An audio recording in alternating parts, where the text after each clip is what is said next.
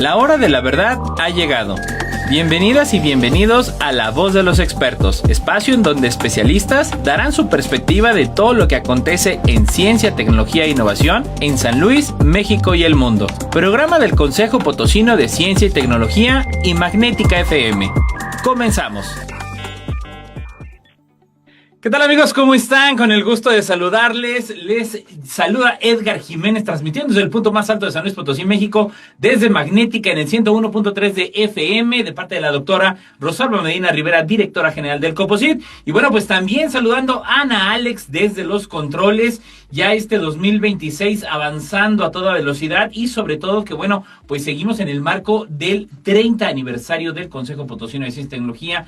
30 años de impulsar la ciencia y bueno, pues gracias, obviamente, esto es posible a la comunidad científica desde las instituciones de educación superior, centros públicos de investigación, el sector gubernamental, social y sobre todo pues también el empresarial que integran todo este ecosistema del conocimiento de nuestro San Luis Potosí. Y bueno, pues usted bien sabe que una de las industrias pilares de nuestro San Luis Potosí, pues es la industria ganadera, agropecuaria, todo el agro en sí, pero sobre todo que tenga una capacidad, una estabilidad de diagnóstico y de estabilidad para que la producción no merme, para que la economía no caiga y que San Luis Potosí se siga manteniendo pues en los estándares de crecimiento que las y los potosinos esperamos. Y que bueno, el día de hoy pues te tengo invitadazo de honor desde la facultad, desde el Instituto de Física, que bueno, está adscrito por ahí a la Facultad de Ciencias de la máxima casa de estudios, la Universidad Autónoma de San Luis Potosí, y quiero darle la más cordial bienvenida al doctor Alfredo Méndez Cabañas. Él es investigador ahí en el Instituto de Física. Mi querido Alfredo, un gusto tenerte aquí en el programa. No, un gustazo verte de nuevo porque ya nos conocíamos. Y gracias por la invitación. No, hombre, muchísimas gracias, Alfredo. Y bueno, antes de entrar al programa, la verdad es que ya me estaba así como que entramando en algo que verdaderamente me parece fascinante e importantísimo y trascendental porque impacta en todos lados. En algún momento, por ahí hoy en día se habla, Alfredo, que pues la tecnología, los celulares, la IA y todo eso. Pero si realmente volteamos a ver y hacemos una reflexión, las industrias primarias, es decir, la minería, la agricultura, etcétera, siguen siendo los pilares de nuestra economía, y si desde la ciencia no se atienden, pues la evolución que va teniendo, los problemas, retos y desafíos, pues estamos tronados en ese sentido, ¿no? Y bueno, Alfredo, me gustaría, antes de entrar en materia que estamos platicando en un proyecto interesantísimo, pues más bien platicarnos un poquito de tu quehacer como científico, tus líneas de investigación, ahora sí que esta curiosidad que día a día pues te levanta y te empuja y dices, hoy vamos por esto. Platícame acerca de lo que han sido tus líneas de investigación pues a lo largo de estos, pues ya 17 años en la máxima casa de estudios. Exacto, yo empecé a trabajar un 4 de enero del 2010 aquí, venía de un postdoc en Uppsala, en Suecia. Qué chido. En realidad yo lo que hago son neurocosas. Hago investigación específicamente en el sistema dopaminérgico y más que trabajar con dopamina, lo que trabajo son las neuronas que acompañan a las neuronas dopaminérgicas. Hay algo que yo le llamo el problema de la definición dopaminérgica, y eso tiene que ver con que la neurona dopaminérgica procesa información de manera muy rápida, pero dopamina, que es el neurotransmisor que libera, es muy lento. Estamos hablando de que en el mejor de los casos, entre que te presentan un estímulo, dopamina tarda 500 milisegundos en subir y se mantiene arriba un segundo más o menos. Y entonces muchas veces el estímulo ya pasó para cuando dopamina hace su función. Y entonces en mi postdoc lo que encontramos es que las neuronas dopaminérgicas podían usar otros neurotransmisores. Y eso llevó, bueno, a muchas cosas. Por ejemplo, si bloqueamos la habilidad de las neuronas dopaminérgicas para liberar glutamato, tú evitas que los ratones se vuelvan adictos a cocaína, a anfetamina, al azúcar, a la marihuana. Esas cosas, digamos, ya están publicadas y es un área muy importante de neurociencias. Pero en mi trabajo, pues me encontré con que había otras neuronas que acompañaban, y entonces lo que yo estoy caracterizando es esas neuronas, a dónde proyectan sus axones, con quién platican y qué funciones llevan a cabo. Y entonces, por ejemplo, hay una neurona GABAérgica que lo que encontramos es que procesa memoria apetitiva, el cómo la haces para llegar al refrigerador, desde tu cuarto, sin que tengas que prender la luz, o el cómo le puedes dar indicaciones a alguien de cómo llegar a un lugar. Eso es memoria apetitiva, y resulta que al menos en el ratón, si bloqueamos esta comunicación dopamina con GABA, los ratones no aprenden. Ya, fíjate, y lo interesante de esto es, ¿en qué momento también, digo, estando en el postdoc, pero imagino que ya traías obviamente una línea muy definida, ¿en qué momento te defines por esta línea, no? Y digo, aprovecho para saludar que en aquel entonces que coincidimos en este gran encuentro de neurociencias, a la doctora Ana María Sánchez Estrada del IPICID, mi querida Ana, pues un abrazo, y que bueno, gran precursora también, por ejemplo, en este caso de la enfermedad de Huntington, pero en tu caso, Alfredo, ¿cómo es que defines o descubres esta línea de tal manera que dices, pues esto es de alto impacto y hay que ir abriendo surco en esto, ¿no?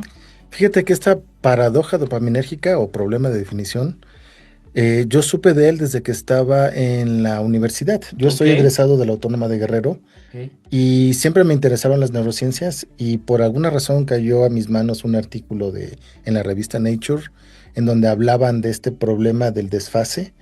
Y desde entonces me fijé en la cabeza que eso me interesaba estudiar, y yo hice la maestría y el doctorado en genética y biología molecular, y ya después hice mis postdocs, uno en neurofarmacología en Montreal y después otro en neurogenética en Uppsala, con la idea de poder generar herramientas para poder estudiar el sistema dopaminérgico. Y un día en un congreso de neurociencias, creo que fue en Washington, hablaba yo con un investigador, Loïc Trudeau de Montreal, y nos pusimos a platicar, y resultó que él trabajaba en el sistema dopaminérgico y él tenía la misma inquietud.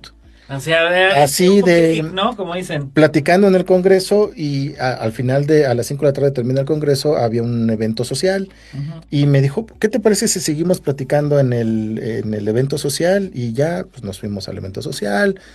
2 cervezas después, ya me contó que él se dedicaba al sistema dopaminérgico, que él tenía la misma duda. Empezamos a platicar de cosas y me dijo, yo estaba a mitad del doctorado, y me preguntó, ¿cuándo terminas el doctorado? Y le dije, no, pues tengo 1 año y medio, me puedo graduar realmente en 1 año y medio. Así es. Entonces, y en ese momento palabramos el postdoc. Ya estaba, a la mitad del doctorado ya tenía. Sí. Yo me gradué un 20 de agosto del 2004, y empecé el postdoc el 1 de septiembre. Luego, vamos. Para tomarme 10 días de vacaciones. No más 10 días de vacaciones. Oye, qué interesante. Ahora bien, platicando también un poquito del contexto, ¿cómo estamos parados? Digo, a pesar de lo amplias que son, ¿cómo estamos en México? Y que sobre todo lo que bien comentas, esta colaboración que existe a nivel internacional, en el tema de la investigación en el área de neurociencias, porque digo, pues es mucho que explorar, es muy amplio. ¿Dónde estamos parados un poquito en México, en San Luis, con respecto a esto? Yo creo honestamente que no tenemos nada que pedirle en varias áreas, dentro de ellas las neurociencias, a ningún otro país. Tenemos excelentes posgrados en neuro en este país. Fisiocelular de la UNAM, fisio del CIMBESTAB, biotecnología de la UNAM. Hay muchos lugares en este país. Aquí mismo tenemos varios posgrados. Quizás no tenemos un posgrado en neuro como tal, pero por ejemplo, en el caso del IPICID, el programa de biología molecular, tiene un área de neuro donde participa mi querida Ana, nuestra querida Ana, que la quiero mucho también. Y por ejemplo, nosotros en el PCI, en Ciencias Interdisciplinares, tenemos un área de neuro. En medicina ya no está el área de neuro, pero ellos se pasaron al programa de Ciencias de la Vida, que está en Facultad de Ciencias. Así es. Y la verdad es que el país como tal forma parte de ese nodo importante de investigación a nivel global. Tú puedes ver las publicaciones en el área de neuro en México. Estamos hablando de factores de impacto en promedio entre 4 y 5 de factor de impacto. Estamos arriba del promedio de casi todas las áreas de las ciencias, y se publica muy bien en México. Tienes gente que publica en Nature, en Science, en PNAS. No, en ese lado, por ese lado México está bien parado, está definitivamente. Y San Luis, cuando yo llegué, había poca gente que hacía neurociencias. Básicamente era Facultad de Medicina. Ya después me incorporé yo, se incorporó otro profesor en Facultad de Ciencias, Roberto se incorporó ahí. ¿Cómo no? Y así ha habido varios que nos hemos incorporado en diferentes lugares, y yo te diría que vamos bien, hay muchas cosas que hacer. somos pocos, o sea... Sí, falta gente, somos más capital humano. Gente haciendo neuro en serio, debemos de ser no más de 10, 11, 12 Wow. personas. Pero es un área que vale la pena y yo hace tiempo que vengo proponiendo hacer un posgrado interdisciplinario, perdón, interinstitucional de neurociencias que involucre a la Universidad Autónoma de San Luis Potosí y al COPOSIT y a otras universidades de aquí mismo, pero ha sido difícil. Claro, es un reto, ¿no? Y más ahorita con tanto movimiento que se ha tenido desde el sector de ciencia, que bueno, es fundamental y estaremos platicando precisamente de lo relevante que es que existan estos apoyos, ¿no? Digo, no nada más multas electorales, digo, que exista muchas aristas. Y también me gustaría, digo, en este contexto que estamos usando, un poquito también de los proyectos que has venido liderando, desarrollando, pues a lo largo de estos ya poco más de 3 lustros, pues desde la Universidad Autónoma. Sí, fíjate que además de esto de las neurociencias, otra cosa que hago, por cierto, es reparar lesiones neuronales usando nanotubos. ¡Ah, caramba! Entonces ya hemos interconectado neuronas y células musculares con nanotubos. Con nanotubos y hemos estado caracterizando cómo jugar con ellos para que la conexión dure unas horas, unos días, hasta 14 días. Y entonces estamos jugando con esa parte ya en ratón completo, pero al margen de eso, otro de mis intereses tiene que ver con aplicaciones biotecnológicas. Como hice una maestría y un doctorado en genética y biología molecular, de repente por mi formación hay cosas que se me hace obvias que podría uno hacer. Entonces, por ejemplo, una de ellas es hace tiempo desarrollé un cannabinómetro en saliva, cuando en ese entonces no existía la medición de productos de cannabis en saliva. Desafortunadamente hubo ahí una serie de malos entendidos y no salió al mercado. Pero hubiera sido de alto impacto esto, hubiera sido de hecho, todavía comerciable a más no poder. Todavía puede serlo, porque incluso es semicuantitativo, por eso le llamé cannabinómetro. Porque tú puedes saber si la persona está high o no. Tú puedes saber si la persona consumió ayer o consumió en las 2 horas anteriores y puedes saber qué tan high está, y eso nos permitiría poder distinguir entre alguien que solo consumió pero no le afectan sus funciones cognitivas o alguien que no debería de estar manejando. Oye, imagínate, a nivel forense, a nivel servicios de salud, a nivel seguridad pública, caray, ya vamos a hacer un programa de eso, lo haremos, Alfredo, porque no esto, qué raro, prende las alertas. Acompáñame al primer corte, estamos platicando con el doctor Alfredo Méndez Cabañas, investigador del Instituto de Física de la máxima casa de estudios, un proyecto interesantísimo, pero bueno, ahorita ya estamos abriendo mesa de muchos otros que se vendrán en próximas ediciones de La Voz de los Expertos. No se vaya, estamos empezando apenas La Voz de los Expertos, volvemos. De vuelta en La Voz de los Expertos y le quiero invitar a que siga a través de las redes sociales en @Coposit, Facebook, Twitter, Instagram, YouTube, LinkedIn y TikTok. Obviamente las convocatorias vigentes. Entonces, más allá de la información que el Coposit desde la trinchera científica y tecnológica, y que bueno, obviamente pues estos programas que de la voz precisamente de quienes construyen el conocimiento día a día en nuestro San Luis Potosí, pues también conozca las convocatorias vigentes. Mire, a lo largo del año, principios de este año, por ejemplo, el Consejo Británico, 2 becas 100% financiadas para el Reino Unido, para mujeres en el área de posgrado. Entonces, aprovechémosla. Créame, las convocatorias son a veces de 3, 4 hojitas. Si se echa la novela de Crepúsculo de 300 hojas, créame que 2, 3 hojitas no va a batallar.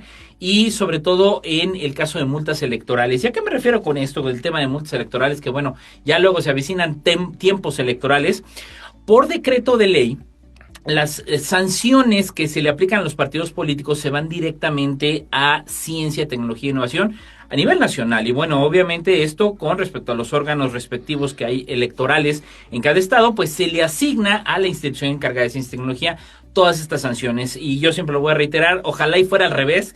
Primero dénselo a la ciencia y si sobra algo, que esperemos que no, pues ahí se va a los partidos políticos. Pero bueno, iniciativas de política pública que verdaderamente suman, que verdaderamente ayudan y que bueno, es el caso precisamente nuestro invitado del día de hoy, el doctor Alfredo Méndez Cabañas. Él es investigador del Instituto de Física, especialista en el área de neurociencias y bueno, ya nos venías platicando, Alfredo, pues interesantísimo el cannabinómetro, que bueno, sí. No hombre, me quedé pecadón, pero el día de hoy precisamente uno de los proyectos que también lo quiero dejar muy en claro, los proyectos de investigación que apoya el Coposit son para dar un siguiente escalafón, un escaloncito más, un peldañito más, pero no podemos esperar que la industria, la academia, la sociedad digan, ya se resolvió y le va a durar para los próximos 5, 20 años. Claro que no, demos un avance más, pero hay que entender que la academia, el mismo gobierno y la empresa y la sociedad se tienen que sumar para darle avance a estos proyectos. Y bueno, me voy a permitir leerlo textual porque luego a mí se me van las palabras rebuscadas y que precisamente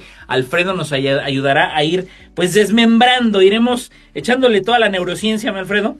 Este proyecto que has venido liderando, pues bueno, se llama Desarrollo de una PCR en tiempo real cromogénica para el diagnóstico agropecuario autoadministrable. Me quedé con duda del 80% de las palabras, mi Alfredo, pero bueno, tú me vas a ayudarle desmenuzando. Antes que eso, bueno, ¿hacia qué está orientado este proyecto? Si bien iremos desmembrando este título, pues estamos hablando de la cuestión agropecuaria, ¿no? Exacto. ¿Por qué la relevancia, y si bien lo decíamos al inicio del programa, por qué la relevancia que, por ejemplo, desde las neurociencias del área que tú lideras, ¿por qué irse al tema agropecuario? ¿Qué relevancia tiene para nuestro estado y que lo tome pues también la Universidad Autónoma? Pues mira, de entrada yo me considero un experto en biología molecular aplicada. Ok. Que le aplico neurociencias es una historia, pero el desarrollo de cosas biotecnológicas siempre me ha apasionado. Y entonces, por mi formación podemos hacer cualquier técnica de biología molecular para detectar lo que sea. Okay. Desde, no sé, pruebas de paternidad, determinación de perfiles genéticos, identificación de momias y todas esas cosas que durante la formación pues las aprendemos, pero nunca las terminamos haciendo. Y entonces la parte de diagnóstico es una parte muy vital en el caso de la biología molecular. Y a mí me llamó mucho la atención, mi papá es productor ganadero y también agropecuario, bueno, ahora con los huracanes le fue muy mal, pero bueno. Llama mucho la atención, por ejemplo, que San Luis, y la gente no lo sabe, es el segundo productor de chile nacional. Caramba. Dios, había escuchado algo, por ejemplo, de Villa de Ramos, que están brutos allá en el altiplano potosino. Y de jitomate. Jitomate. De naranja, entre cuarto y quinto lugar de producción nacional. San Luis ocupa lugares muy importantes y me llamó mucho la atención que en el caso del ganado vacuno, mucho del ganado se va de aquí para ser engordado en Sonora, por ejemplo, y allá lo engordan y lo exportan a un mejor precio, cuando aquí se podría hacer esa parte de la historia. Estás perdiéndole la economía. Exacto, sí hay una parte ganadera que hace eso en los límites con Tamaulipas, ciertamente, pero eso podría hacerse en prácticamente todo el estado. La calidad del ganado potosino es buena. No tiene nada que pedirle a Sonora. Que tiene la fama luego, ¿no? Exacto. La carne regia y la carne. Que me disculpen mis amigos sonorenses y neoleoneses, pero la verdad es que el ganado potosino, tenemos ganado de calidad. Producción lechera igual, y tenemos muchas enfermedades que afectan al ganado y tenemos muchas enfermedades que afectan a nuestra producción agrícola. Pues, por ejemplo, tenemos el problema del dragón amarillo. Sí, claro. Que es muy probable que nos quedemos sin producción de naranja probablemente el siguiente año ya no haya producción. El reto tremendo, ¿no? Exacto. El doctor Ángel Gabriel Alpuche y varios están atendiendo ese tema, ¿sí es cierto? Tenemos problemas de virus que atacan al chile o al tomate, mosca de la fruta. Tenemos varios problemas que sí es necesario atender. Y parte del problema real no es que no existan los mecanismos para hacer el diagnóstico, el problema es que es muy lento.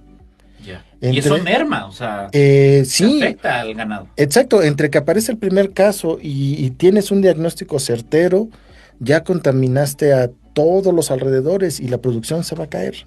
No, y lo que, vamos, yo nomás quiero pensar cuánto debe costar un solo animal, pues en engorda o lo que tú quieras, pues es una lapa al ganadero, es pérdida, y pérdida para las familias, por la economía de San Luis. Y en la actualidad lo que tenemos es mucho diagnóstico presuntivo. Okay. Un técnico ve las hojitas, en el caso del dragón amarillo, ve cómo están las formas y te dice, esto es dragón amarillo, pero no hay ninguna garantía que lo sea. Exactamente, o sea, no es consolidado el resultado del diagnóstico, es decir, es esto y punto. Y lo mismo, por ejemplo, con tuberculosis en ganado, rabia bovina. Entonces, hay una serie de problemas que si no los atendemos rápidos, vamos a tener problemas. No solo, el problema no es solo acabar con la producción, sino que muchos de estos problemas pueden brincar al humano, hablando de zoonosis, como tuberculosis o la rabia. Entonces, la verdad, urge tener técnicas que se apliquen in situ, en el campo. Y en ese sentido hay una técnica que es la PCR cromogénica, en donde en realidad es una PCR como la del COVID. Exactamente, digo, en época de pandemia nos la vivimos escuchando. Exacto. Ya existe la PCR. Exacto. ¿Qué significa PCR, Alfredo? Mira, cuando hablamos de PCR, hablamos de la amplificación específica de un fragmento del genoma de un animal, en este caso del virus. Entonces, diseñamos dos fragmentos de DNA que reconocen específicamente una región del DNA y lo que hace es usas una enzima que va a amplificar el material genético. Entonces, si tenías dos copias, después vas a tener, no sé, 40 exponente a la 2 de copias, y así consecutivamente. Pero es una técnica que se necesita hacerla en el laboratorio. Después, la gente inventó otra técnica que es la PCR en tiempo real, que esa te da el resultado literal en tiempo real. En la primer PCR tú tienes que hacer un gel, después de que corres la prueba tienes que hacer un gel y correr una electroforesis y ver el resultado. En tiempo real tú estás haciendo la prueba y estás viendo un cambio en un colorante, pero ese colorante no absorbe en el visible. Entonces, una prueba cromogénica es una PCR en tiempo real que le aplicas un colorante y conforme se va amplificando el DNA, tú estás viendo un cambio en la coloración. Eso es una PCR cromogénica. El asunto es que para hacer las PCRs tú necesitas un equipo especializado que se llama termociclador, que sube la temperatura a 94 grados, la baja a 60, la sube a 72. Es costosa y complicada. Exacto. De alguna manera. Y en el campo para hacer esas pruebas, pues no se puede. Claro. Entonces, un par de japoneses a finales de los 80s que les interesaba el origami del DNA, se les ocurrió, no sé cómo, pero idearon una técnica que se llama LAMP.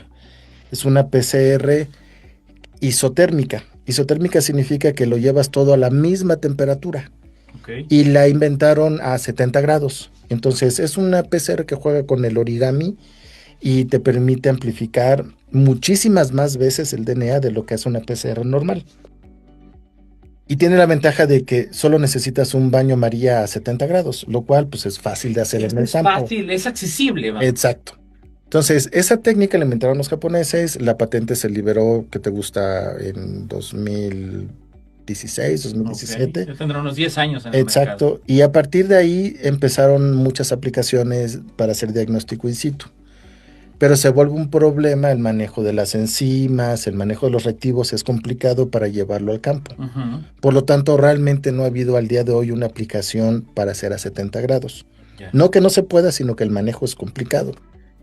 Y entonces, viendo el problema, yo dije, pero hay enzimas que trabajan a 25 grados a temperatura ambiente. Que no implican un problema de conocimiento y de técnica. El problema es que para hacer funcionar los fragmentos de DNA que reconocen al fragmento de DNA que tú quieres detectar, ahí ya implica jugar con la termodinámica de las interacciones del DNA y otras cositas, y eso ya se complica. Y entonces yo te diría que una de mis áreas que también me gusta mucho es la termodinámica, la termodinámica aplicada a sistemas biológicos. Y entonces, pues se me hizo fácil ponerme a jugar con eso, y entonces en 2018 yo le propuse a la gente de la CEDAR, oye, fíjate que podemos hacer este tipo de diagnóstico, y empezamos a hablar con los productores no estaban muy convencidos, y total que tomó 5 años convencerlos de que todo el mundo participara. Con pandemia en medio, aparte. Exacto. Su mecha. Pero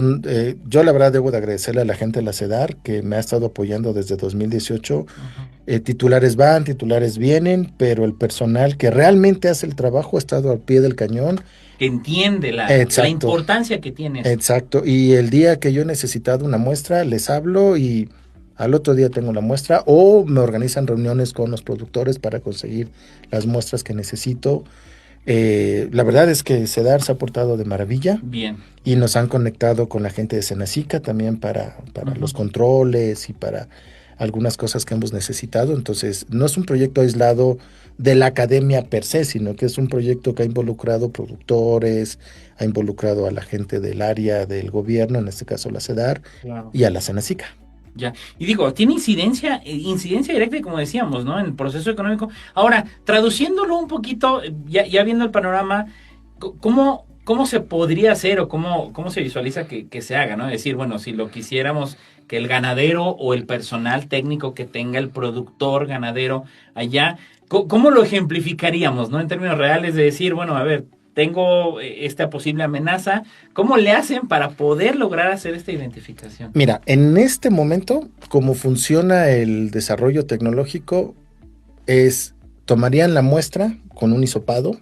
Ajá. Por ejemplo, en este caso, por ejemplo, es para brucela. Entonces se podría tomar un hisopado vaginal de la vaca, de la cabra, del borrego, bueno, la borrega, y la tomas. Se toma la muestra. Y te vas a la sombra. Ok. Porque ese es el problema que tengo ahorita, que funciona bien entre 25 y 32 grados. Qué bueno, luego tenemos unos climas bien locochones en Huasteca. Ese es el problema real que tiene la técnica en este momento. Digo, siendo honestos, funciona de maravilla entre 25 y 32 grados. Ay, no hay bronca, casi clima de San Luis más bien. Exacto, pero ya te vas a valles y de repente estás a 41 grados. Y está muy nevano, que hay harta ganadería. Sí, exacto, no. Entonces, esa es la parte que necesitamos trabajar ahora, encontrar la manera de hacerla funcionar en ese rango de temperatura. O, por ejemplo, en temperaturas un poquito más bajas, digamos 16 grados, por ejemplo, en invierno o algo por el estilo. En altiplano, por ejemplo, también hay ganadería. Entonces, ese es el siguiente reto que tenemos, pero en este momento funciona de mil maravillas entre 25 y 32 grados. Y básicamente el productor lo que tendría que hacer es, literal, tomar un hisopado vaginal, ponerlo en un tubito, y como siempre le digo a mis estudiantes, agüita 1, agüita 2, polvita 3, agítale. Sí. Y esperar el cambio de color. Y el cambio de color le toma aproximadamente, dependiendo de qué tan positivo sea la muestra, entre 15 y 30 minutos. Es en ese momento, ¿no? De que manda al laboratorio y traslada manda y el manejo del... Es autoadministrable en el sentido de que el productor lo puede hacer. Ahora, digamos que sería como una prueba de embarazo. Uh-huh. Esa parte está bien, sin embargo hay un problema. Perdónenme que lo digan, pero el productor en general, si su vaca tiene tuberculosis, corres el riesgo de que lo trate de ocultar. Efectivamente, por algún tema de llegar a las autoridades. Entonces, aunque es autoadministrable, en el mundo ideal tendría que ser un técnico de SEDAR o de SENASICA o un tercero entrenado para esto, que no se requiere mucho entrenamiento, simplemente es mezclar cosas, ¿no? Pero el secreto, esa es la otra parte que tenemos que trabajar, es encontrar la manera de documentar los casos positivos y negativos. Yeah. Entonces esto implica que el tubo hay que ponerle un código QR, desarrollar una aplicación que lo lea y que mande la información con el teléfono a una base de datos. Sí, para que esté caracterizado, que esté ubicado inclusive, una vaca en tal lugar, en tal rancho, exacto, en tal, completo todo. Y tú puedes monitorear en tiempo real lo que esté pasando. Ya, que las autoridades... por ejemplo, si hablaba es del COVID, ¿no? De la identificación, ¿sabes que en tal colonia empezó un brote y empieza a blindar, etcétera? O sea, sería exactamente lo mismo. Exacto. Se puede ir. Entonces, aunque es autoadministrable, la idea es que no sea el mismo productor que lo haga, no por desconfianza, sino por temas epidemiológicos y de control, porque si desarrollamos correctamente la aplicación, inmediatamente las alertas se van a prender si encuentras un caso de rabia, por ejemplo. Y entonces eso te permite que desde las delegaciones estatales o federales inmediatamente se movilice la gente necesaria para controlar un brote de alguna enfermedad. Ahora, según el tipo de enfermedad, hay una especie de código de colores. ¿Cómo funciona esa parte? En este caso, solo la hemos hecho funcionar para transgénicos, porque pues yo trabajo con animales transgénicos. La hemos hecho funcionar contra brucela, que es básicamente lo que consistió el proyecto, y lo hemos desarrollado para tuberculosis, pero no hemos podido avanzar mucho porque se necesita un laboratorio de bioseguridad nivel 3, que sí lo tenemos en la universidad, sí tenemos uno. ¿Cómo no? El buen Cristian se encarga, Cristian Sepúlveda. Exacto.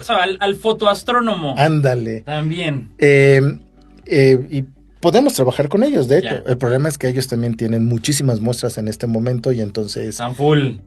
Literal, tenemos que esperar a que ellos nos hagan un espacio para que nosotros brinquemos a trabajar. Que puedan darlo. O podemos hacer un convenio con Zacatecas. La gente del IMSS de Zacatecas, que me llevo muy bien con Bruno, el director de la Unidad de Investigación Biomédica en Zacatecas, sí. tienen ellos un cuarto de bioseguridad nivel 3 donde trabajan tuberculosis de todos los días. Entonces, pues es cuestión de ir avanzando. Esas cuestiones que luego también, bueno, pues está de locos entre, hay que hacer investigación, formación de capital humano y gestiones administrativas, porque al final de cuentas eso, un reto. Acompáñame al siguiente corte, ya estamos llegando prácticamente a la mitad de La Voz de los Expertos. Estamos platicando con el doctor Alfredo Méndez Cabañas, investigador del Instituto de Física. De verdad, proyectazo. Señora, señor, si son empresarios y están en la parte del agro, le interesa este programa. Así que si lo está viendo a través de Facebook Live, regrésele, empiece a escuchar desde el inicio, porque de seguro le va a importar, y más le va a importar al resultado que tenga usted de su producción ganadera. No se vaya, volvemos. Entrando a la segunda parte de La Voz de los Expertos, yo le quiero reiterar que, bueno, cheque todas las convocatorias vigentes que tiene el Coposid a través de las redes sociales, los eventos, y también fíjese que, bueno, de repente no lo decimos, pero tenemos un micrositio de eventos y actividades de ciencia, tecnología e innovación en el que las instituciones directamente suben sus agendas, suben los seminarios, exámenes de admisión, maestrías, proyectos, posgrados, etcétera. Así que esté muy atento. Lo puede encontrar usted a través del sitio web del Coposid o a través de las redes sociales. Por ahí también lo estamos promoviendo, este micrositio de actividades y eventos, que este proyecto, bueno, pues fue uno de los ganadores del gobierno abierto por la Contraloría General de Gobierno del Estado. Este proyecto impulsado por el Coposid hace un par de años y que, bueno, pues busca dar a conocer a la sociedad potosina y a los alrededores, pues todas las actividades que hace la comunidad científica. Hemos estado platicando con el doctor Alfredo Méndez Cabañas, investigador del Instituto de Física de la máxima casa de estudios, de este gran proyecto, Alfredo, que incide precisamente en que primero es esta capacidad de reducir aquello que se considera o que es costoso, hacerlo accesible, de alto impacto, transversal, para no decir, pues no nada más brucelosis o rabia, etcétera, sino hacer distintas detecciones, pero bueno, pues también implica retos. Tú bien comentabas en el segmento pasado, desde 2018 la CEDAR está impulsando, a pesar de los cambios que hemos tenido a lo largo de las administraciones, saben de la importancia que tiene. ¿Cómo fue que has venido estructurando, y en este caso cuando sucede el tema de, pues suma este granito de arena con el proyecto de montes electorales del Coposid, ¿cómo estructuras las fases? Porque al final del día hablas de gestión, requerimiento, y hablabas un laboratorio nivel 3, necesitas personal, necesitas becarios, necesitas apoyo, necesitas que la misma universidad también se sume para esta disponibilidad y que tú puedas también inclusive abordar, trabajar con CEDARS, con los ganaderos. ¿Cómo fueron estas distintas fases o etapas que has venido desarrollando el proyecto? Sí, de entrada, si no hubiera sido que CEDAR nos ha estado apoyando desde hace 8 años, esto no hubiera caminado. No se hubiera. No. La verdad es que mis respetos para la gente de CEDAR. Fabuloso. Te comentaba, titulares van, titulares vienen, pero todos nos reciben, todos nos llaman de repente para ver, oye, ¿cómo vas? ¿Qué onda con esto, no?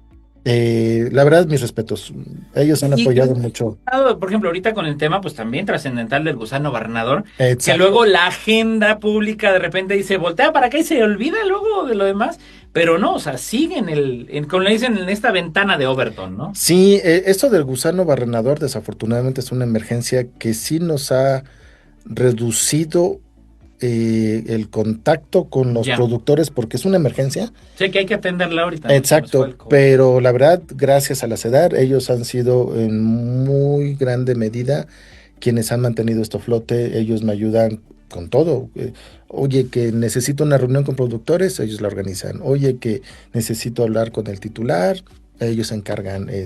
La verdad, no me puedo quejar. Sí, el acercamiento. Ahora, ¿han tenido con qué sector o con qué regiones, por ejemplo, este acercamiento con ganaderos, ¿no? Si han trabajado con los de la Huasteca. Básicamente hemos tenido reuniones con todos los productores. De todas las regiones. Exacto. O sea, del altiplano. Bien decías, el manejo de la temperatura, ¿no? Exacto.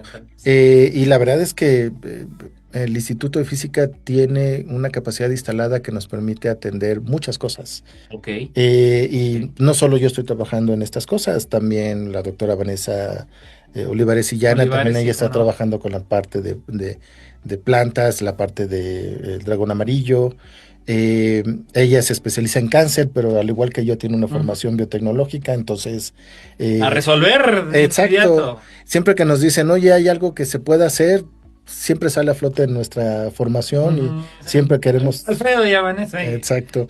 Pero hay gente muy valiosa que también participa, Roberto Sánchez Oleas, José San Pedro, no sé, hay muchos que participan, los matemáticos con los análisis que necesitamos hacer, de los cuales yo... El procesamiento de información. Exacto. Que hay que hacer. La gente de cómputo, cada vez que necesitamos de ellos, la verdad, así sean las 2 de la mañana, responden. Ahí están chambeándole todo. Exacto. En el plano, precisamente, digo, ahorita esta colaboración pues interdisciplinaria y multidisciplinaria que estás manejando, también en el caso, por ejemplo, de los jóvenes, ¿no? Cuando se habla de aquellos que dicen, oye, ¿sabes que este chico está para seguir en posgrado o dentro de la misma licenciatura puede ser algo? ¿Alguno ha tenido alguna participación, bueno, durante esta etapa? La realidad es que específicamente en este proyecto evité que participaran estudiantes. Los chicos, no porque no tengan la capacidad, tengo estudiantes de licenciatura que manejan estas técnicas como si cualquier cosa, porque sí había que tener mucho cuidado a la hora de caracterizar estas cosas, no por desconfianza, pero más bien para asegurar que la investigación se desarrollara bien, sin algún... Estás construyendo este cimiento. Al final. Exacto, y entonces básicamente estuvieron trabajando conmigo la doctora Yolanda Cataño y la doctora Yadira Bastián Hernández, fueron mis dos manos derechas y las dos básicamente fueron las que hicieron la mayor parte del trabajo, pues porque uno tiene que enseñar clases de licenciatura, de posgrado, escribir artículos... Hacer gestiones, hablar con las edades, toda la chamba administrativa. Y en realidad son ellas las que hicieron realmente el trabajo, ¿no? A mí me tocó también hacer experimentos con mis manitas, pero realmente fueron ellas las que hicieron la chamba, ¿no? Lo que estuvieron ahí empujándole. Sí, y fíjate que de esto de hablar con los productores, por ejemplo, hablas con ellos y te dicen, ay, mira, yo sí podría pagar 200 pesos, por ejemplo, por cada prueba, pues porque ellos tienen que pagar otras cosas, ¿no? Y entonces... te dicen, pues mira, yo tengo 100 cabezas y si te pago 200 pesos por cada una, pues sí me alcanza para pagártelas, ¿no? Pero, por ejemplo, en este momento, para mí hacer la prueba, los reactivos, sin contar mano de obra y lo demás, los puros reactivos me salen 860 pesos. Saldría eso por animal, échale, exacto. Miles de cabezas de ganado que existen. Y entonces, pues sí se necesita encontrar alguna manera de financiar esto, ¿no? Pero ahí es donde debería de entrar la industria privada. Por ejemplo, los reactivos, nosotros en el instituto tenemos la capacidad instalada para producirlos. Entonces, si nosotros mismos los produjéramos, el precio podría bajar 50 pesos, 25 pesos incluso. Pero empiezas esa escalada, ¿no? Que conforme vas desarrollando y haciendo más pruebas y perfeccionándolo, pues podrías reducir quizá en un momento dado, no sé en cuánto tiempo, 200 pesos, lo que decía el ganadero. Exacto. Pero eso requiere pues una inversión fuerte. Claro. Y contratar pues más gente para que termine de hacer el desarrollo, porque como te decía, ahorita funciona muy bien entre 25 y 32 grados. Sí, lo que hablabas, ¿no? Que es el principal reto, ¿no? Exacto. Y digamos que esa fue la escala que yo pensando básicamente en la zona media y algunas partes de la Huasteca. Claro. Pero la realidad es que nuestro estado... Está sufriendo de cambio climático como todo el mundo, ¿no? Entonces, todavía hay cosas que se requieren hacer, sobre todo el desarrollo de la aplicación telefónica para realmente hacer la documentación en tiempo real.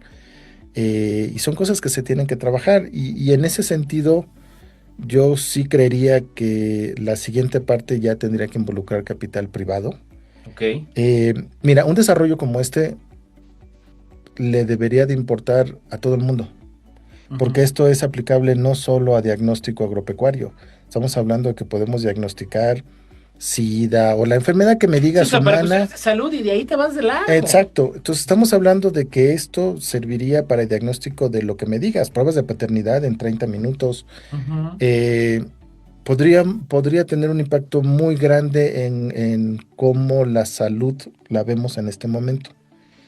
Y eso implica que si quieres proteger algo como esto, tendrías que patentar en todo el mundo. Exacto. Y patentar en todo el mundo sale mucho dinero. Es una lana. La universidad no tiene la capacidad económica para estar pagando por 20 años una patente. Exacto.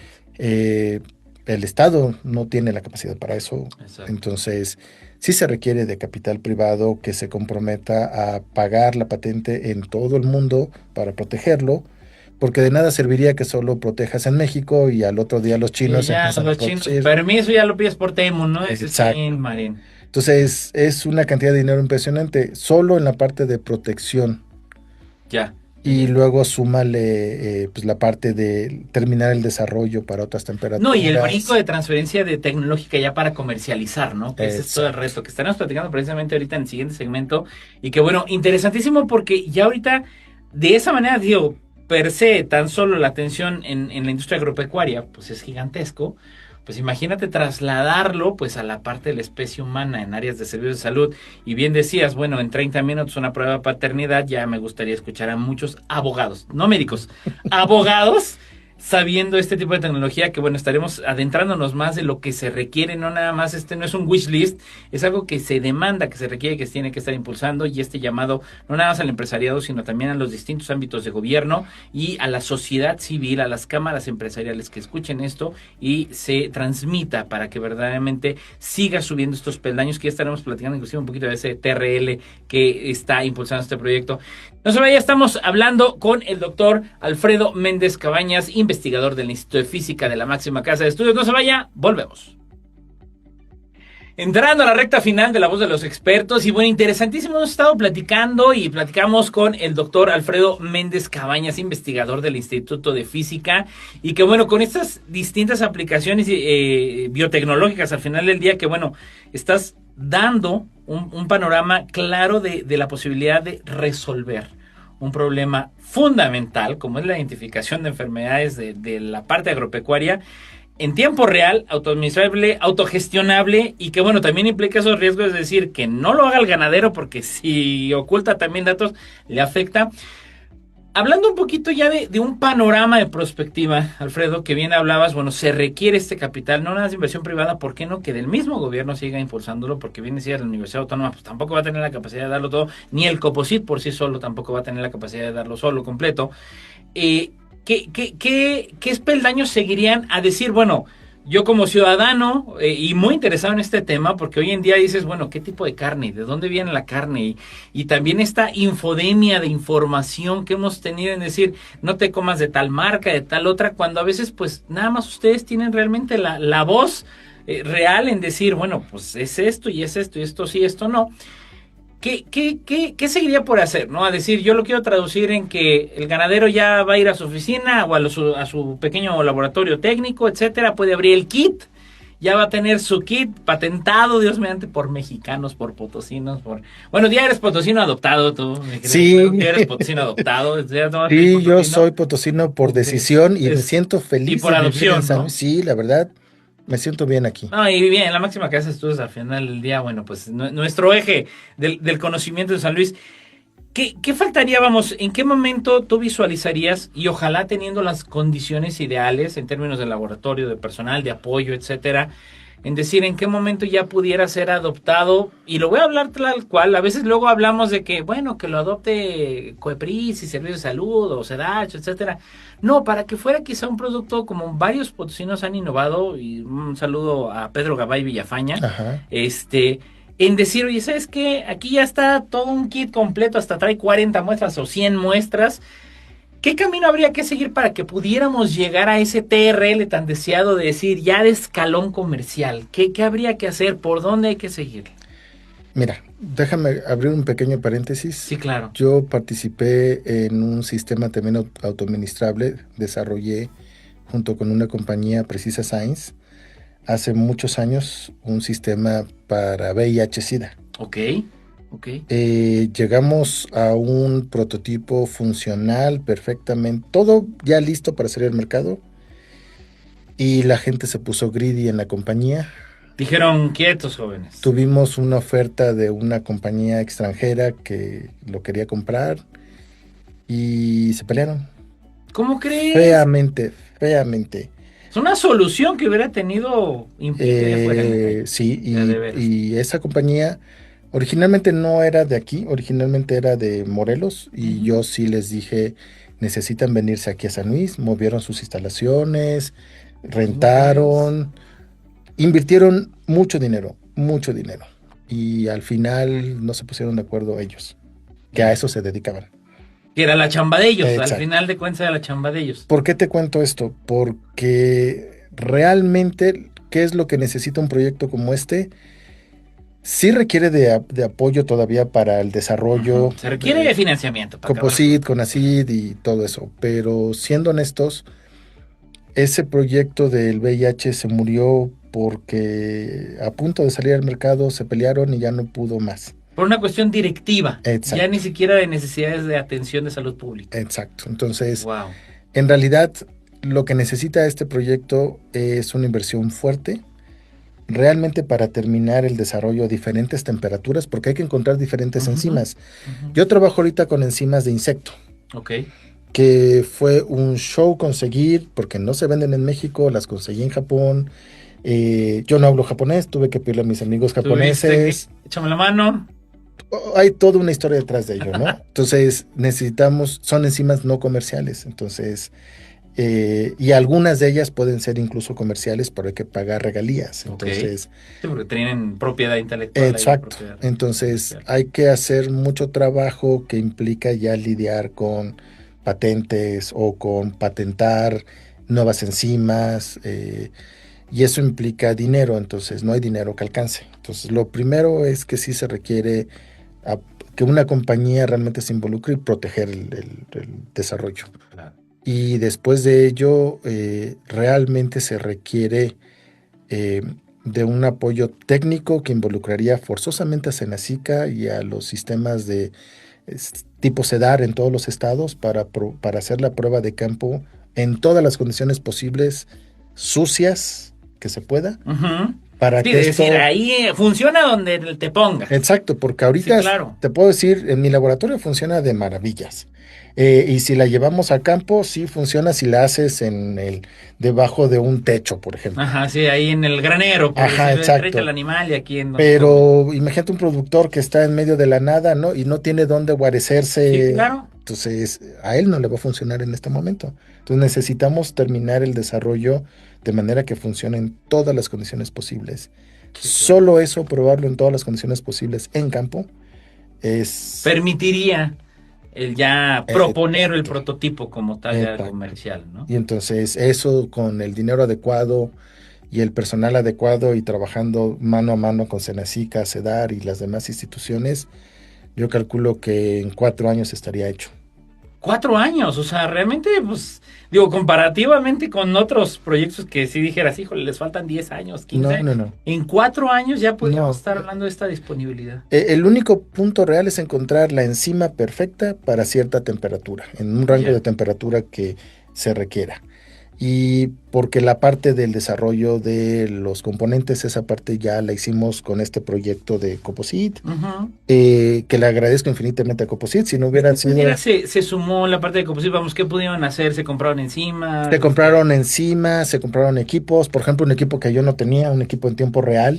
O sea, ¿cómo diablos iba yo a corroborar que lo que yo estaba diciendo que funcionaba, realmente funcionaba si no tenía contra qué comparar? Exacto. ¿No? Exacto. Y, por ejemplo, en el Instituto de Física, pues no teníamos ningún tiempo real, un equipo de tiempo real, ahora pues ya lo tenemos. Y entonces, pues así, o sea, si no hubiera sido por el apoyo de Composite, esto no hubiera llegado a lo que está punto, ahorita. ¿no? Exacto. Y de aquí, si se aplica el dinero adecuadamente y se hacen todos los controles sucios, porque en limpio funciona de maravilla, claro. Pero hay que probar que la vaca se orinó al momento que tomabas la muestra, que pinchaste mal la vaca para obtener la sangre, no sé, pueden pasar 1000 cosas.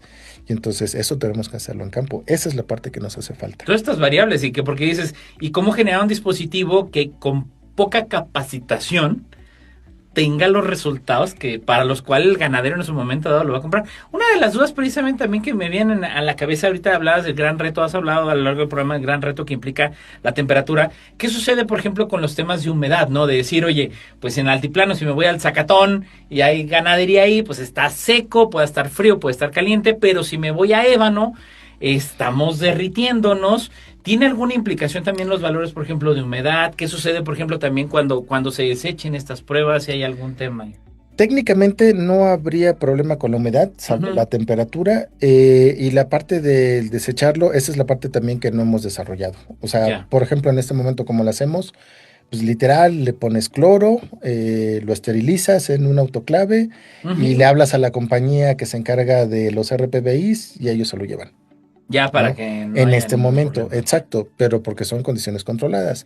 Pero ya en el campo esa es la parte que todavía no le hemos dado una pensada, siendo honestos. No, y que también por el otro lado lo que dices, ahora la suma y que bien decías, te ayuda al área de matemáticas de sistemas de informática, los sistemas computacionales, también este apartado del registro, del seguimiento y el mapeo. De Exacto, decir, a ver, este ganado ya no lo llevaron los sonorenses para venderlo con marca de Sonora cuando era animal potosino. exacto. Y volvemos al tema, por ejemplo, de lo que se habla mucho en pandemia, de decir, la detección de los núcleos posibles de epidemia o de brote, y que sucede lo mismo con el ganado, o sea, porque al final de cuentas es población migratoria, ¿no? Es migrante. Déjame darte un dato que a mucha gente le va a molestar.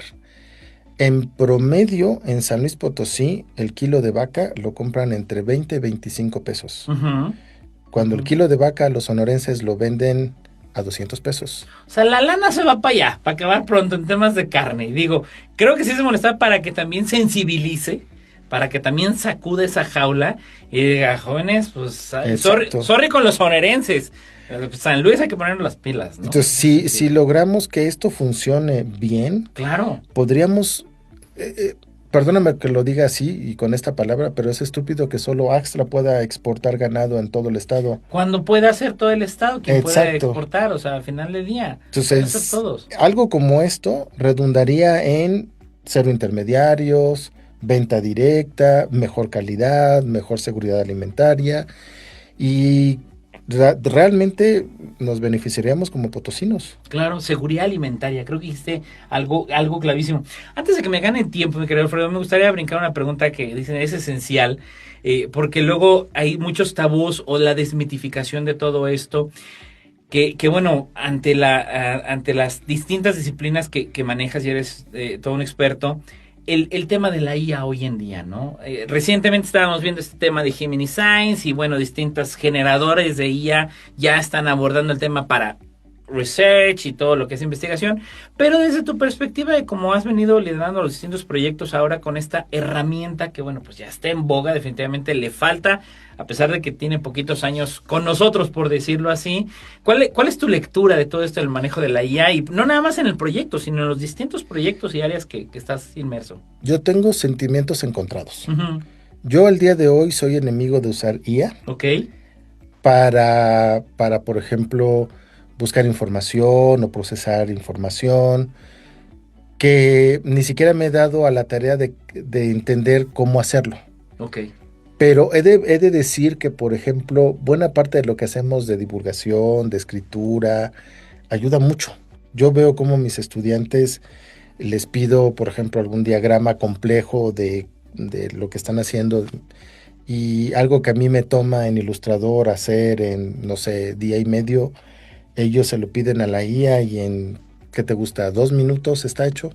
Ya de volada digo, el tiempo, pero no perder de vista esto tan esencial que dices, bueno, con los chavos también, no dejar de buscar que desde la docencia, pues, sigan aprendiendo, porque nada Entonces, de que ya me lo dio. entonces, yo siempre digo que soy enemigo de la IA, pero me beneficio de la IA, Claro, porque mis de resultado. estudiantes hacen cosas que a mí me toman mucho más tiempo y la verdad debo decir que es una maravilla. Entonces, te decía que tengo sentimientos encontrados porque sí son herramientas extremadamente útiles que quizás porque yo estoy cortado o chapado a la antigüita me niego, Estamos, pero son una maravilla. sí, definitivamente. Son análisis de datos que eh, una derivada de segundo orden para Sí, resolver. procesamiento brutal, Exacto, ¿no? te lo hacen en tiempo récord. Entonces, la verdad es que tenemos que aprender a usarlas. Definitivamente. No, y hay que Y ver qué nos espera el escenario cuando venga la famosa ASI, la superinteligencia artificial también. A exacto. ver qué onda con ese tema. Entonces, hay que usarla. La verdad es que hay que usarla, solo que aún me niego, aunque sí me beneficio de ella. A darle. Oye, Alfredo, no, hombre, está interesantísimo y seguramente tendremos temas que abordar, sobre todo también el que se siga promoviendo que este proyecto requiere apoyo, que este proyecto requiere manos, requiere decisores, tomadores de decisión y requiere la visibilización de todos, dado que pues todo mundo, digo, a reserva de aquellos que no lo coman, pero pues gran parte de la población comemos del ganado, de los animales, y que esto se pueda traducir en grandes proyectos de impacto en diagnóstico prácticamente inmediato en salud pública. Bueno, pues, ¿qué más quiere el gobierno, no? Ahí sí tendríamos ese gran sistema de salud dinamarqués. Mira, uno como investigador, casi siempre todo termina en un artículo. Que exactamente. Y ahí va, y ahí lo publicas. Espérate, ahí queda. Y no, yo creo que algo como esto debería de terminar en una aplicación biotecnológica real. Revolución social. Exacto. Así de sencillo.